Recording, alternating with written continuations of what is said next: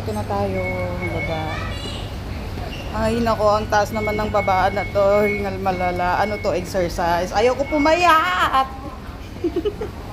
O sige, baba lang.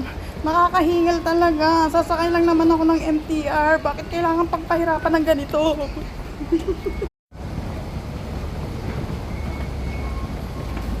Oh, ayan. Sige, baba na tayo.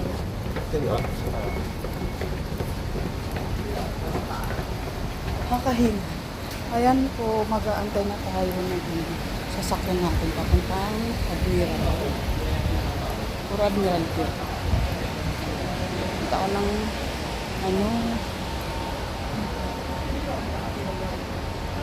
ako ng kukuha ako ng visa ko sa immigration.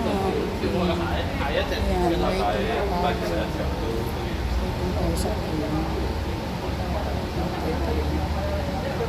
Ito na lang, konti lang yung tao.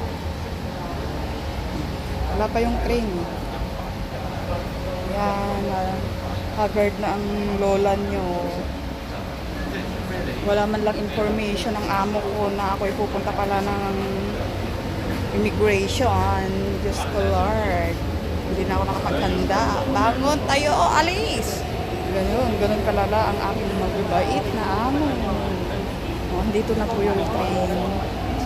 Oh, ayan na, sasakay na ako. Punta na ako sa taong nag-aantay sa akin. Char. Sana madatnan pa kita. O ayan, sakay na kami. Diba? Nagunahan pa ako. Ang galing.